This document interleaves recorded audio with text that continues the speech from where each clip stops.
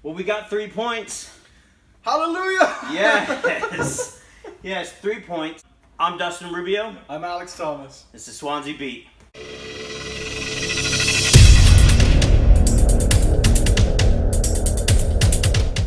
Welcome back, everybody, to Swansea Beat. Brand new edition, new episode. Yep.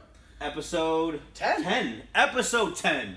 Yes, we made it this far. So subscribe to this channel, like this, promote this. That'll be great. Anyways, yeah, but if you have any comments, anything you want us to kind of touch on, talk about, or you disagree with this guy and you want to just talk about how I'm just a brilliant football mind, I'm just kidding. But you can Debate comment. me on Twitter, I dare you. Yeah, you can follow Alex at Alex Wynn Thomas. You can follow me at Rubio220. And follow us on Twitter at Swansea Beat. Yes. Right, let's get into this. Yep. Swans v Huddersfield. We won. 2-0. Yes. Now, let me ask you this, right off the top. Do you think it was a solid 2-0 victory? No. I don't think it was justified. I think we relied on mistakes. I think the first goal, people can have the thoughts all they want. You pressured the goalkeeper into making the mistake, but I just think at the end of the day, if it was a bigger team, or even if it was just a different team, I think they wouldn't have made that mistake. And I think, this doesn't change anything. We still lack in attack. We still, lack very much going forwards. And I feel, this game, great result. I'm not going to take anything away. I'll happily take 3 points against Huddersfield, because I was worried in the last episode that this would be the end of Clement after this one. Yeah. But I think definitely, I felt like this was definitely a do or die for him. Yeah, we played wingers. That's what I was just like. Yeah, we've been talking about this for a few episodes now. I think every Swans fan please play wingers. Play Narsing, he deserves it. He proved himself in that game. Fair play to him. He's great coming forwards, and I think fair play to Tammy. I'm still not bought in on Tammy, but he's the one scoring the goals at the moment, so I can't take anything away. Yeah, and I think something you had said about we can't rely on teams making mistakes, but it was something that I said in the Man U game, and I had said about some of the mistakes we had made and how a top class team like that, they'll punish you for those mistakes. They'll capitalize. So I think you're right. I'm with you on that. We don't want to rely on they made a sloppy, just a terrible mistake. Their goalkeeper, and IU pressurizing, that was great. I think Carroll to have the peace of mind to already be running, and whether he was anticipating that mistake or whatever, he was trying to add some pressure. But I think if anything, we capitalized on that. There would have been nothing worse if that cross never actually went in to Tammy, or it got cleared out, or he missed it completely. That would have been... I think me and my friends have been debating this quite a lot. Was the second goal? We were just like, Tammy was so selfish. We were just like, because IU chipped it beautifully, it was going in. And after watching highlights, I think I came to the realization, even though I don't like admitting I'm wrong, I think I had to. I was just like... You were wrong. I was just like, okay, Tammy needed to put that in. Yeah, otherwise that was a clearance. Well, not a clearance, maybe just a short one, but, a goal over not... goal over not being selfish, I'll just take it. It's a goal at the end of the day. Yeah, and there's no way of knowing, but I think if Tammy wasn't there, I think that ball would have been cleared. I think it wouldn't have crossed the line, because that defender was coming in hot, and I think Tammy was as well, which was good. And whether he was just maybe being selfish, I mean, who knows? Who cares? I mean, we got the goal, but I think he needed to be there to make sure it did cross the line. But it was some good build up play somewhat. I think to see the wingers, and especially Narsing cutting in. I think he took it right to the middle, and to see him attack defenders was great. It was something fresh for Swans, I think. We needed to see. But when we talk about the formation, we played, obviously, most sources are saying a 4-3-3 formation. IU on the wing. That's something new. We don't really see that often, is IU in the wing, but I think... He was on the left. Yeah, he was on the left. Last season, they put him on the right, Yeah, and, he had a good performance, I think, and sometimes, obviously, as a natural striker, he will cut in and be the second striker. And he had a good performance, fair play. We can't stop complimenting him, but he's the hardest worker on the pitch, and I think that game just proved it. And I think even though he's not the most natural goal scorer, I think you need that type of player in your team that will just non-stop running. It's just amazing to see, especially a striker to do non-stop running as well. That's just a great thing. But Another interesting choice was we saw Britain being captain in this game. What did you think of Britain as captain? I'm all for Britain being captain. I mean, just because we saw last season. I mean, he was captain not even in the game. Like, he just took the club by the scruff of the neck last season and really trying to light a fire underneath them.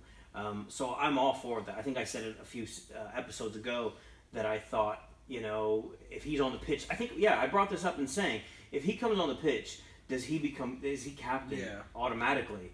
And I'm all for that, just because he might not be the fastest, he might not even be able to last the longest for cardio and with legs, or the most skilled, but I think the intensity and I think the passion he brings, I think for me, he needs to be captain. I was watching Soccer Saturday on Sky Sports News just before, about an hour before kickoff, and they were previewing the game.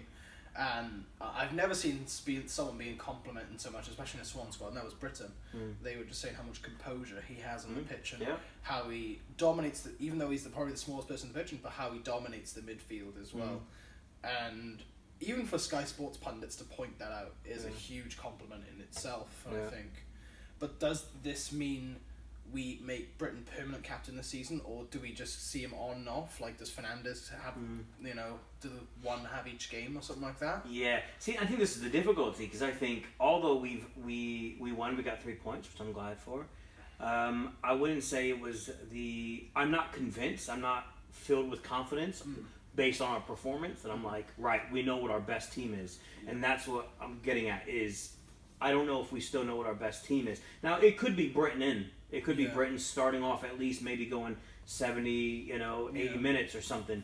But I don't know. I think the one thing I don't want is Fernandes and Britain rotating because as captains all the time, because I think that just poisons the squad. I think they won't know who their natural leader is, and I think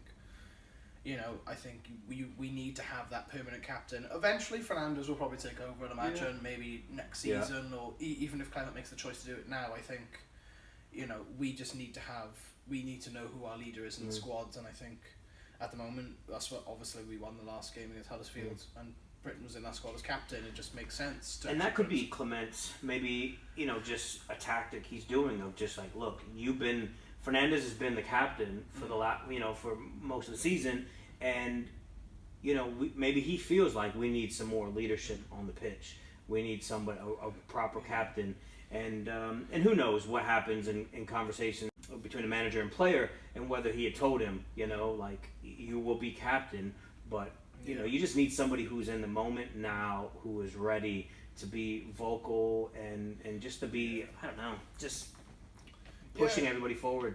And I think Britain does that, Yeah, I agree. He's a very passionate Swansea City player. And I'd even count him as a fan. He looks like a fan of the club as well. And I think that's great. Moving on, one of the first episodes we discussed our depth in midfield. Like, we talked to how many centre mids we had.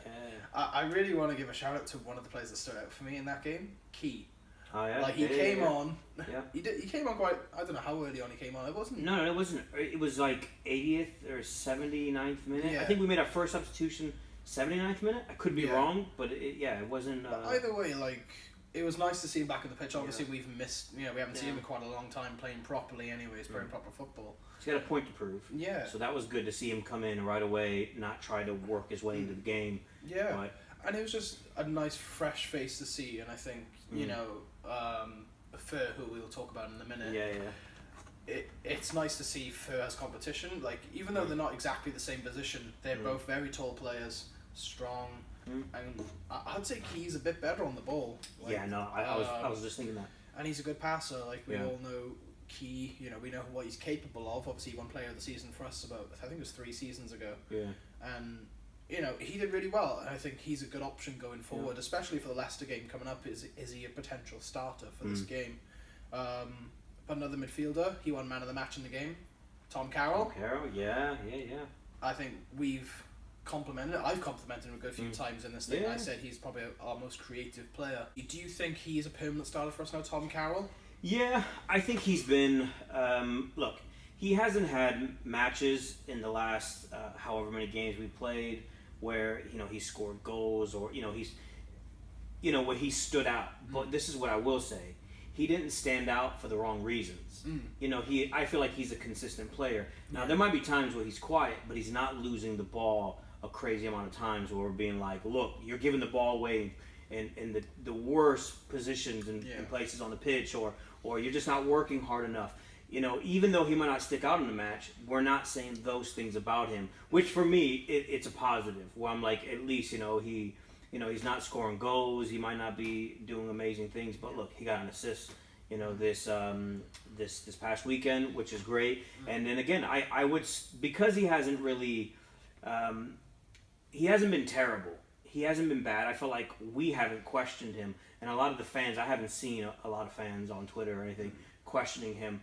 And I think if we look back to last season, he was a big part of coming in January. He was a big part. I would say he played a good supporting role. I know it was Siggy and Llorente were the big talks, but I felt like if there was anyone else you were going to shout out that wasn't a defender, that would have been Tom Carroll.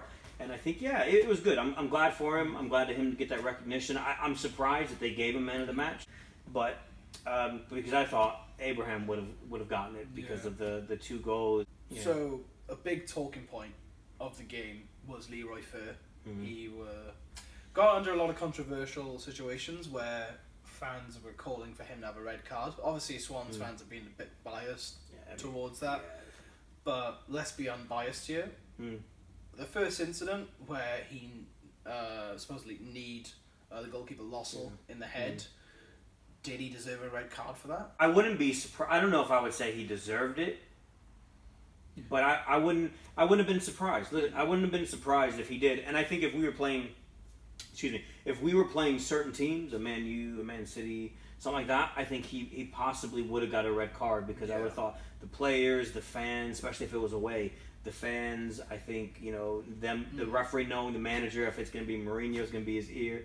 I think it could have been, and I wouldn't have been surprised. I think people were thinking it's not because Leroy had the option, he had every right to go for the ball. But at the end of the day, he could have easily just stopped. I think he knew he was going towards Lossell's arms. And it's every right for Lossell to go towards the ball because at the end of the day, that's his job, is to get the ball, clear it and all that. So it's a very controversial subject. It's a bit sloppy though. I think if anything that Fur would be guilty of just putting himself in that position of we've seen it in the last couple seasons where we saw it this season where Mane and Edison, you've seen that. You've seen where was it Lukaku knocked out Lloris a couple seasons ago? It might have even been last season. He was playing for Everton and with his knee, I think it was his knee or his thigh or something. But I think we've seen it enough in the last few seasons where and it's always going to be the victim is always going to be the goalkeeper. And he might be said being brave or whatever, and it goes back and forth of who have the right. But I think, you just don't that early on in the game. Do you really want to put yourself in that sort of position? Because, we what if we had a red card? It was just a bit of a silly decision. Okay, would you say that incident was a yellow card then? Yeah. I mean, I'm not arguing that he had a yellow card. To be honest, I'm more wiping my forehead of sweat, being like, I'm glad it wasn't a red.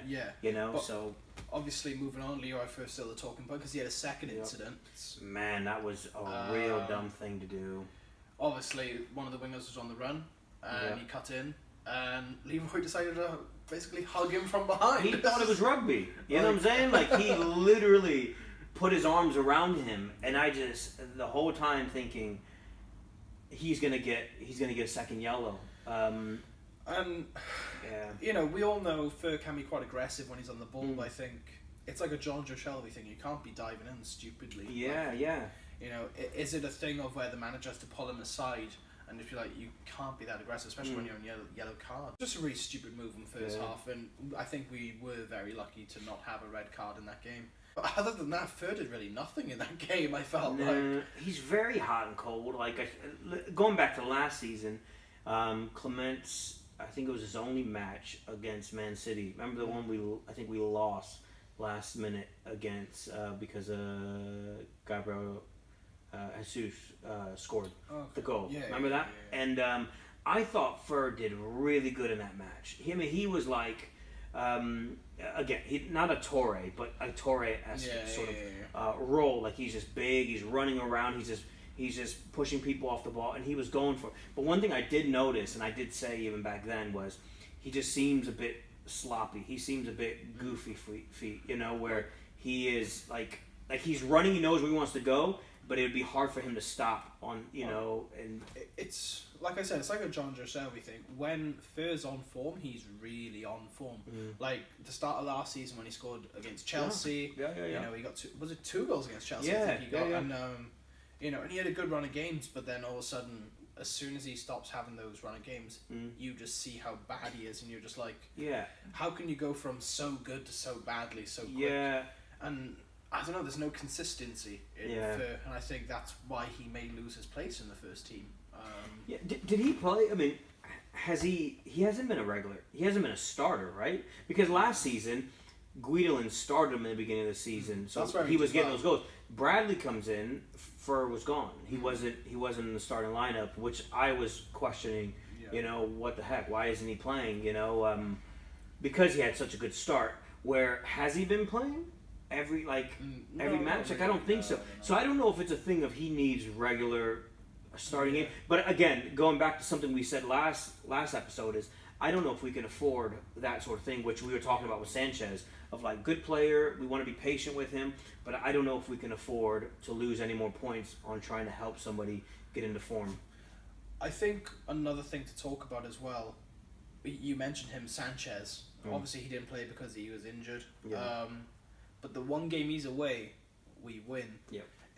Do you think that's showing something? Like, is it like they feel better without Sanchez? Or is it the case of, I don't know, maybe they just had a stroke of luck? Like, that could be. That could be, though, because, I mean, you're playing Huddersfield. It's not like they're, had a good run of games and they're high on confidence. They're struggling just as much as I think as we were. I know they're not in relegation, but one thing I was glad about was seeing Klukas being benched for that game. He hasn't been performing. I think there was a lot of people who were sceptical about his transfer fee of £17 million coming from Hull. Yeah, that's crazy. That's crazy. Obviously, but that was the market of just overpriced because we saw Neymar, we saw Mbappe, agreed fees. But Klukas, 17? A relegated team. But to be fair, every transfer was crazy. You even got Morata going for 70 million, even though he's doing crazy good at the moment. But you're still like £70 million for a guy who was benched mostly by Real Madrid last season, and Klukas 17 mil. For me, I would have held on to Cork. Yeah. I would have held on to Cork. Yeah, Jack Cork was a great player for and he only went for 10 mil, which I'm just like. That's what I'm saying. Yeah, I would have just held on to him. He deserved to be benched, and I feel like the midfield was better off without him.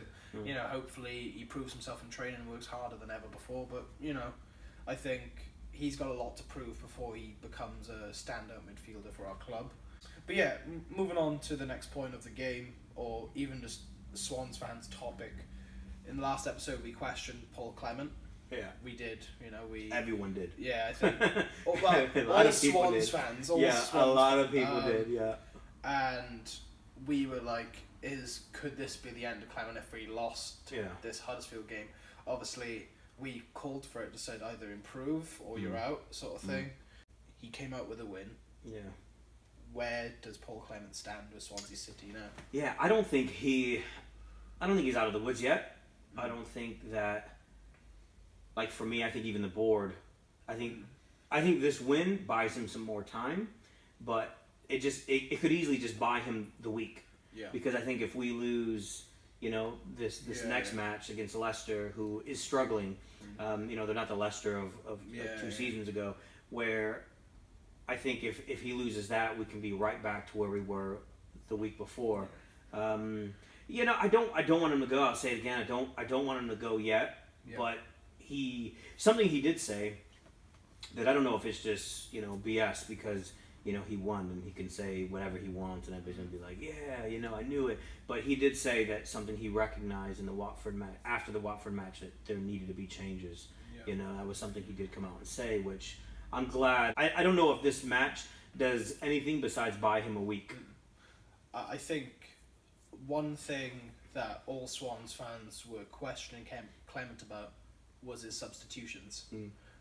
This game, I felt we saw smarter Yeah. substitutions Yeah. being used. So obviously, people going in the right position. Klukas for Leon Britton, Narsing for Dyer, which was nice to see. Nathan Dyer back on the pitch. Yeah. And for Key. So all the right positions were being changed out properly. Would you say that we need to have a good solid 5 or 6 run of games now? Not like 6 wins in a row, but 6 and maybe undefeated or something like that, or maybe like 4 wins out of 6 for Clement to be out of the woods. I think so. We have Leicester, Man United in the cup. Yep. Then Arsenal. And then we got Arsenal, and then we got, I don't know what order, but there's Brighton, West Brom, and Burnley, right? So I think. Oh, not West Brom, Bournemouth. I think with this next match, I think if we lose, knowing that they're struggling and it's all tight down there, you know. I mean, we were just in the relegation zone, and all of a sudden now we're in 14th, you know. Yeah. But I think it's a bit of a lie because of how tight. And it's just the start of the season. Yeah. As well, so. But I feel like this is a game we need to win based on their morale, where they're at, and we need to make up some points for losing the Newcastle match, losing the Watford match. I mean, those are games we needed to win, and we need to pick up those points somewhere if we don't want to be where we were at last season. So, but I think I don't think they'll fire him. I think the talks will continue, and I think all the fans will come out of the woodwork and start saying stuff about get rid of him if we lose this next match. But I think with the Man U and Arsenal, I think most people would think we most likely wouldn't win. Not to be negative, but I think Man U, it's Man U, and they're a crazy beast. But I think. But we said we don't mind losing to Man U as for everything. Yeah, I'd rather be out of the cup. I really would. And I think with Arsenal, if we can get a point out of them, and they're not having the greatest times now, but even if we lose, I think I wouldn't blame Clement because we don't know. But I think, and this is what my point is, those following 3 matches, are crucial. Those are the ones. I feel like if he's going to go, it might be because he drops the points on those ones. Because I think that Leicester match, I feel like we need to win this next one. At minimum, draw. Definitely not lose. But I think the 2 following, I think nobody will be too crazy, you know, to be like, get rid of them if we lose to Man U or Arsenal. But those, the Brightons, the West Broms, the Bournemouth, I mean, those are the games we need to win. And I think he could be out of a job if he doesn't pick up those points, because those are huge, you know.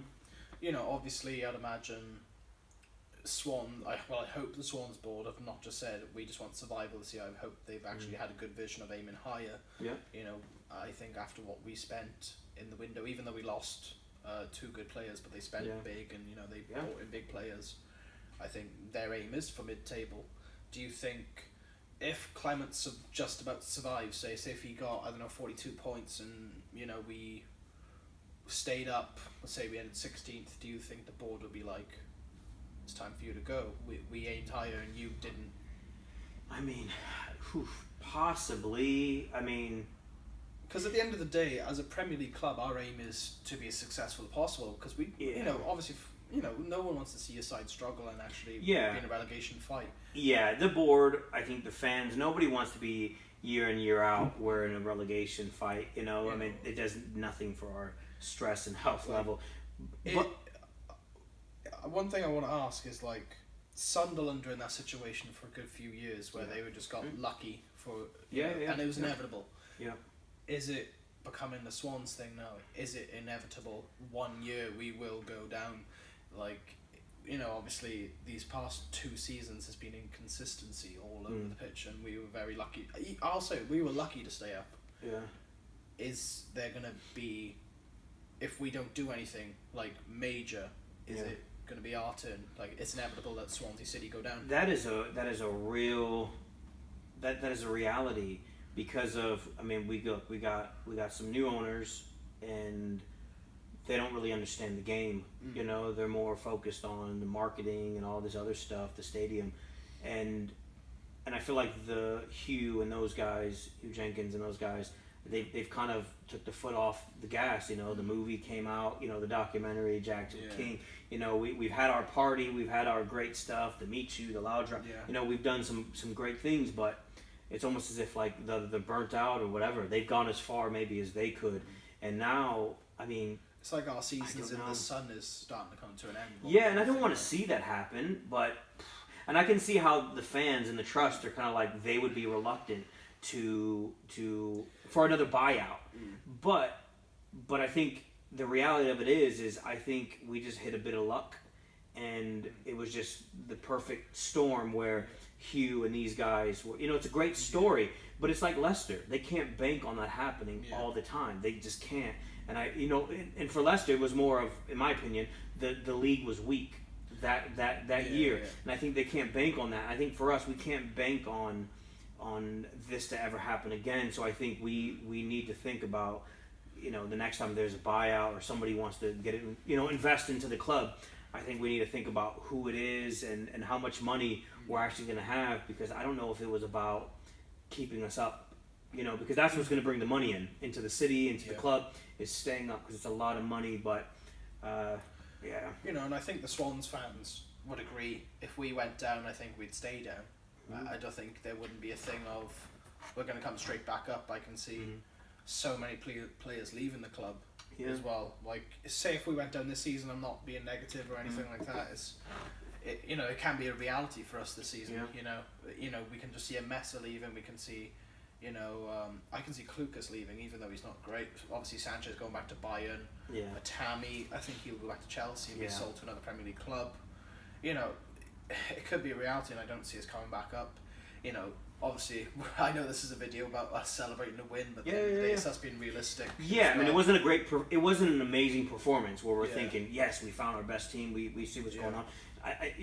Not to cut you off, but I think one of the concerning things is we had a busy summer, even though we lost our two best players, but we got our players in, and we were all happy, with our business. But the reality of it is we're not playing Mesa, Klukas, Sanchez, Boney, and when we haven't done that great, So, it's one of those things of what if we didn't get any of them? Yeah. You know what I'm saying? Because we're still we got a young kid on loan who's our main striker. Who, okay, fair play. He's taking some chances. He's got some goals, but I'm not convinced yet. And I don't want to rely on a 20-year-old kid to keep us up in the Premier League. At the end of the day, it's just like, or even I don't want to rely on him all season. I'm just like, obviously our big thing now is January. I think still new signs, we need them. Even though I don't see us bringing in tons of players or anything like that. I don't know if the board will back that up, just because I would have felt like we went all out in the summer. Yeah. You know what I'm saying? Klukas, 17 mil. We got Boney. And I know what we think now when we hear the word Boney. Yeah. And then Mesa. There was a lot. Sanchez. There was just a lot of excitement. Yeah, going into the season, and now, I mean, most of them aren't playing. It's just Tammy, really. Yeah, and I don't see the board being like, right, here's some more. I wish they would, because I think that kind of shows the ambition of the club, of where we want to go, what we want to do, of like, look, we're not messing around. We want to finish in the middle of the table, and but I don't know. But, maybe in the future we can do a video of us saying who we want in or something like that. I think that can be an idea. Yeah. But let's be positive. 2-0 win. Yeah. Good stuff. On to Leicester. Yeah. I mean, the positives is we're out of relegation zone. I know we're only 2 points off, but at least we're out, and a lot of results went our way. Yeah. And I think it gives Clement some more time. Yep. And the positives are, we had the wingers, and it wasn't. Yeah. It looked pretty good. Yeah. Pretty good. I think morale's gone up now. Yeah. Anything, I think. Yeah. Once that rut of bad performances go out and you win finally, I think it can build a lot of confidence, and hopefully that creates a run of form for us now. Yeah. So let's see. We're on to Leicester. Yeah. Saturday. And is it away? Home. Okay. So right, Leicester here, and hopefully we get some points off that. I'd love to get 3 points. That'd be great. But yeah. So thanks for watching, everyone. Please like, subscribe, and we'll see you in the Leicester preview.